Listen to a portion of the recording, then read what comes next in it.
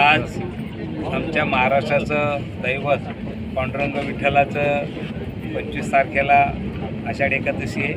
त्या निमित्ताने आपल्या जळगाव लोकसभेच्या लोकप्रिय खासदार आदर्श स्मिताताई यांचे खूप प्रयत्न होते की गुजरातमध्ये सुद्धा आपले महाराष्ट्रीयन लोक खूप असतात आणि उदण्यापासून तर मला वाटतं सुरत वगैरे भागात आता यांना पंढरपूर दरवर्षी जातात. आम्ही बऱ्याच वारकऱ्यांशी संवाद साधला आणि त्यांना खूप चांगली सोय झालेली.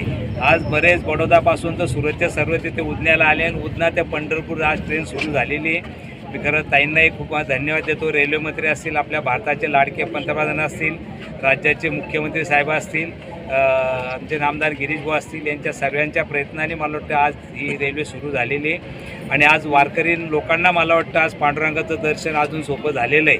बरेच पांडुरंगाच्या दर्शनाला लोक वारीलाही जातात, पण आज जसं सुरतपासून तर बडोदापासून या लोकांना शक्य नसतं आणि बरेच वयस्कर लोक पण असतात. आम्ही माता भगिनींना भेटलो, त्यांचं वय पण असतं आणि अशा लोकांना पायी जाणं शक्य नसतं.